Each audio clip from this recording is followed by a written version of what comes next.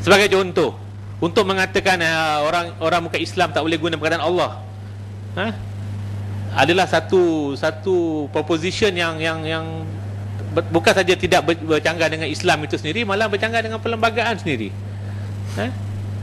Bagaimanakah kita boleh menghalang orang, kalau dari segi agama, kalau kita nak hujahkan, bagaimanakah Allah itu boleh dilarang digunakan oleh orang bukan Islam, sedangkan Islam itu mengajar Allah untuk semua. If Allah is for all, how can we argue that Islam disallow other religion to use Allah? Ini satu bagi saya lah. Tapi kalau dari segi perlembagaan sendiri, perkara 94 itu bukan sebagai satu license untuk kita menggunakan kuasa negeri untuk menghalang kalimah Allah itu digunakan. Sebab the restriction only on the non-Muslim to propagate the non-Muslims doctrines to the Muslims. Bermakna selagi mana penyebaran agama Kristian itu di kalangan orang Kristian ataupun orang Hindu saja, ataupun orang Islam sepatutnya jujur dan sepatutnya tidak menggunakan alasan kerana kita ada enactment itu, maka kita boleh juga menghalang orang bukan Islam daripada menyebarkan ajaran mereka kepada agama mereka sendiri. Ini bagi saya. Satu lagi isu yang, sebab oleh kerana apa yang saya nak katakan pada sebenarnya asalnya semua Dr. Aziz dah cover dah tadi. Itulah we have been deprived of when we being a third speaker, we have been deprived of all the points because all our points have been so-called stolen by the first and the second speaker.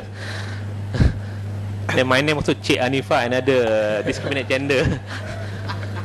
Okay, tentang isu tanah saya nak bagi contoh. Isu tanah, saudara sekalian, saya nak cerita lebih pada my own experience. Memang kalau ikut dari segi perlembagaan, kuasa tanah itu di bawah bidang kuasa kerajaan negeri. The power to dispose the land, the power to alienate the land is solely vested in the state authority. Dan selalunya apabila oleh kerana tanah ini milik kerajaan negeri, apa yang berlaku di bawah adalah selalu pihak-pihak what do you call it, state authority, especially when state authority was governed by Barisan Nasional. Of course, as a past member, I have to say about Barisan Nasional. Barisan Nasional, saya nak bagi contoh, saudara sekalian. This is a real case, happen in Selangor.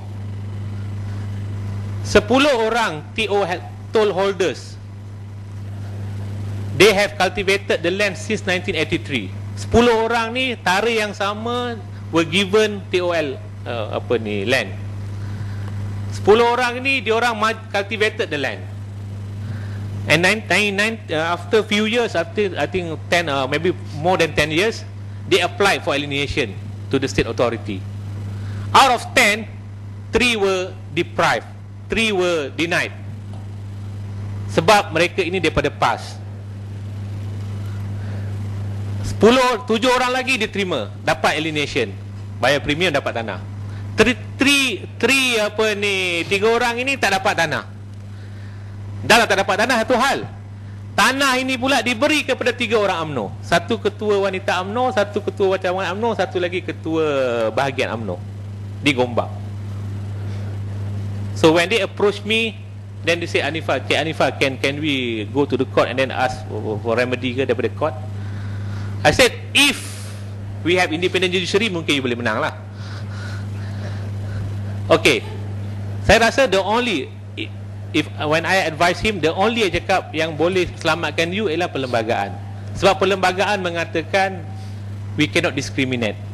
10 orang dapat mohon tanah, sepatutnya mereka pohon tanah mereka mesti dapat 10-10. Tapi 3 orang tak dapat, 7 orang dapat. Dalam tak dapat 3 orang ni, tanah yang mereka cultivated diberi kepada UMNO.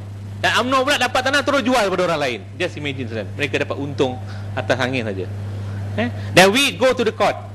When we went to the court, of course case ni sekarang tengah tunggu decision. Mahkamah mengatakan, Cik Hanifa, the state has the power under section 42 of the National Land Code. Under section 76, the power of the state to alienate the land. Yes, I say I agree. I totally agree. The state has the power. But we have federal constitution which enshrine the principle of equality before the law.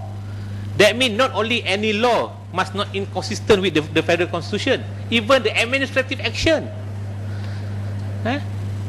Because there are so many decision, of course, the architect of yang memberi satu dynamism in federal constitution, khususnya Gopal Sri Ram, menyatakan any state action mestilah in conformity with the constitution. That means kalau sekiranya 7 orang dapat, kamu tidak beri ini, so sepatutnya ini bercanggah dengan perlembagaan. I don't know what the court going to interpret, kan? Tapi inilah realitinya. Maknanya walaupun kita ada the supremacy of the law, we have the supremacy of the constitution, tapi in reality we have supremacy of bureaucracy. So we have supremacy of government department, we have supremacy of police dan sebagainya.